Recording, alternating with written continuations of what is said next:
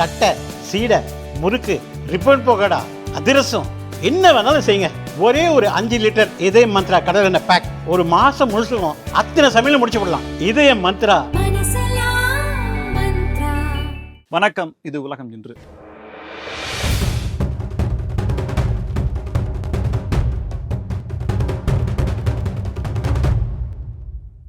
அமெரிக்க விண்வெளி ஆராய்ச்சி நிறுவனம் நாசா, இந்திய விண்வெளி ஆராய்ச்சி நிறுவனம் இஸ்ரோ இணைந்து ஆக்சியம் ஸ்பேஸ் ஆக்ஸ்4 அப்படின்ற திட்டத்தின் மூலமாக சர்வதேச விண்வெளி மையத்திற்கு ஆட்களை அனுப்பக்கூடிய பணியை மேற்கொண்டாங்க. கிட்டத்தட்ட 6 முறை ஒத்திவைக்கப்பட்டது. காரணம் காலநிலை மாறுபாடு, தொழில்நுட்ப கோளாறு. நடக்குமா அப்படின்ற எதிர்பார்த்த நிலையில, வெற்றிகரமாக நடக்க வேண்டும் அப்படின்ற எதிர்பார்ப்புகள் இருந்த நிலையில இந்தியரான சுபான்சு சுக்லா விண்வெளிக்கு பயணத்தை மேற்கொண்டிருக்கிறார். ஒவ்வொரு இந்தியரும் பெருமைப்படக்கூடிய விஷயம். ஒரு இந்தியராக இப்படிப்பட்ட விஷயங்களை செய்வது இந்தியாவினுடைய பெருமையை உலக அரங்கில் உறக்க சொல்வதற்கான ஒரு விஷயமாக பார்க்கப்படுது.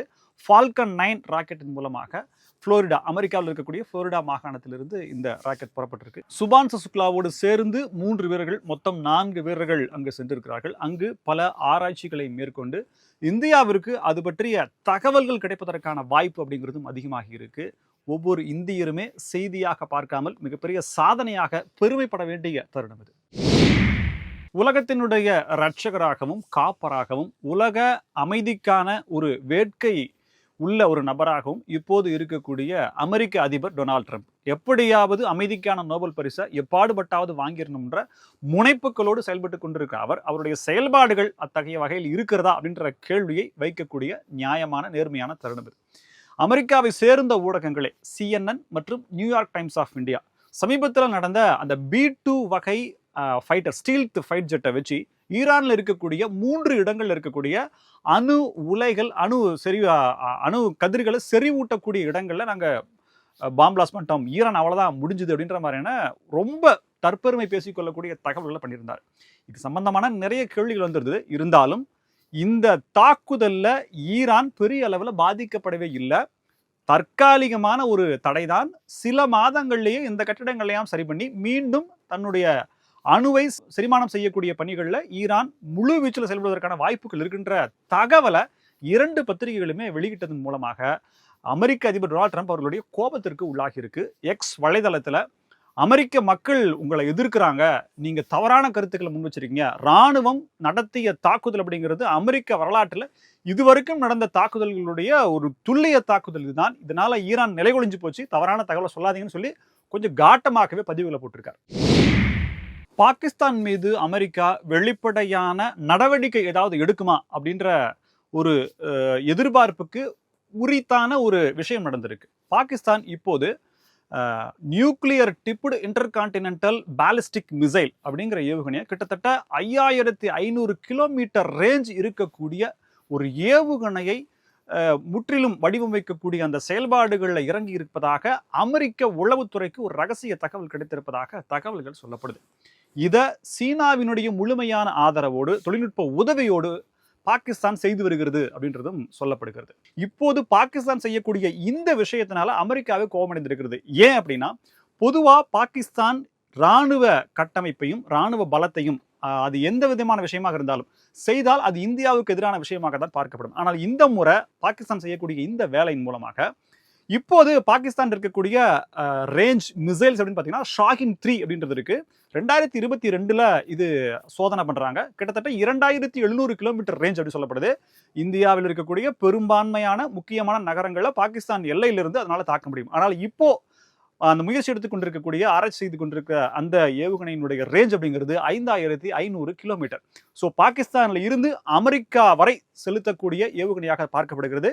ஏற்கனவே பாகிஸ்தான் கிட்ட அணு ஆயுதம் இருக்கு. ஸோ இந்த வடிவமைக்கக்கூடிய புதிய ஏவுகணையை அணு ஆயுதம் சுமந்து சென்று தாக்கக்கூடிய வகையில் சீனாவின் உதவியோடு செய்கிறது அப்படிங்கிறது அமெரிக்காவுக்கு மிகப்பெரிய அச்சத்தை ஏற்படுத்துகிறது. தன்னை தவிர உலகின் வேற எந்த நாடுகளும் அணு ஆயுத நாடாக மாறக்கூடாது அப்படிங்கிறதுல அமெரிக்கா தெளிவாக இருக்காங்க. இந்த விஷயத்தின் மூலமாக அமெரிக்காவினுடைய கடுமையான எதிர்ப்பை பாகிஸ்தான் சம்பாதிக்குமா, இல்ல அமெரிக்க அதிபர் ட்ரம்ப் அவர்கள் கடுமையான வார்த்தைகள் மூலமாக பாகிஸ்தானை கட்டுப்படுத்துவார் அப்படின்ற கேள்விகள்லாம் வந்திருக்கு.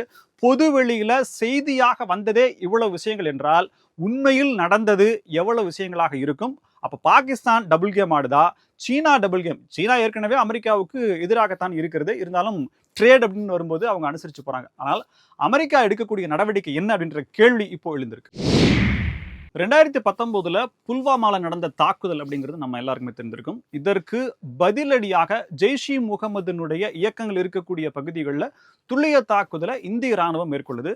இப்போ மேற்கொண்ட போது அந்த இந்தியாவினுடைய MiG-21 அந்த போர் விமானமானது தாக்குதலுக்குள்ளாகுது. தன்னை துரத்திய பாகிஸ்தான் போர் விமானத்தை சுட்டு வீழ்த்துறாரு.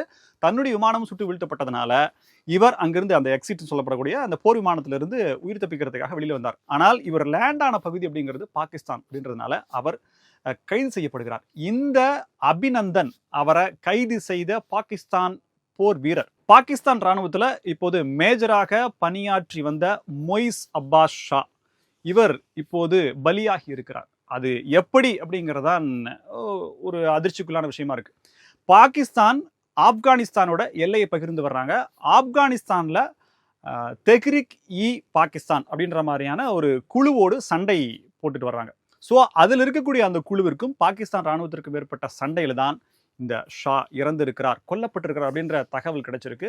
இவர் அபிநந்தனை கைது செய்த நபர் அப்படின்னு சொல்லி இவருக்கு ராணுவத்தில் பல விஷயங்கள்லாம் பதவி உயர்வுகள் பல விஷயங்கள் செய்யப்பட்டது. ஆனால் இப்போது பாகிஸ்தான் ராணுவத்தில் இருக்கக்கூடிய நிலைகளும் பாகிஸ்தான் நாட்டுக்குள்ளேயே பலுசிஸ்தானில் என்ன நடக்குது, ஆப்கானிஸ்தானோட என்ன நடக்குது, பாகிஸ்தானே பல இடங்கள்லையும் பொருளாதார நெருக்கடிகள் எப்படி மேற்கொள்ளுது அப்படிங்கிறது இந்த விஷயம் ஒரு பார்வையாக பார்க்கப்படுகிறது.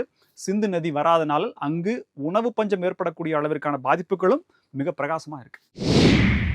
இஸ்ரேல் ஈரான் போர் முடிவுக்கான காரணங்கள்ல மிக முக்கியமான காரணமாக இஸ்ரேலிடம் இருக்கக்கூடிய வான் பாதுகாப்பு சிஸ்டத்தினுடைய பற்றாக்குறை அப்படின்ற தகவல் வெளிப்படையாகவே தெரிஞ்சிருக்கு. ஒரு மிசைல் ஈரானுடைய ஏவுகணை, அது ட்ரோனா இருக்கட்டும், பாலிஸ்டிக் ஏவுகணையாக இருக்கட்டும், ஹைப்பர்சோனிக் ஏவுகணையாக இருக்கட்டும், இதுல எது வந்தாலுமே அதை தடுப்பதற்காக இஸ்ரேல் சில மில்லியன்லிருந்து பல மில்லியன் டாலர் அளவிற்காக பணத்தை செலவிடுது. இன்னும் குறைஞ்சது ஒரு 10-12 நாட்கள் தொடர்ந்திருந்தால் இஸ்ரேல் மிகப்பெரிய பொருளாதார நெருக்கடிக்கும், இந்த பொருளாதார நெருக்கடியிலிருந்து மீள்வதற்கான காலம் அப்படிங்கிறது மிக அதிகமாக இருந்திருக்கும் அப்படிங்கிற நிலையும், ஆயுத பற்றாக்குறை, தன்னுடைய மக்களை காப்பதற்கான வான் பாதுகாப்பு அம்சத்தினுடைய அந்த மிசைல்ஸ் இல்லாத நிலை, உற்பத்தி செய்ய முடியாத நிலை அளவுக்கு போகக்கூடிய மிக மோசமான நிலை வந்திருக்கும் அப்படிங்கிறதுனால தான் இந்த போர் நிறுத்தத்திற்கு இஸ்ரேல் உடனடியாக ஒப்புதல் தெரிவித்தது அப்படின்றலாம் சொல்லப்படுது. இதன் பிறகு, அதாவது அமெரிக்கா தலையிட்டு போர் நிறுத்தத்தை பேச்சுவார்த்தைக்கு வந்த உடனே இஸ்ரேல் ஓகே சொல்லிடுச்சு.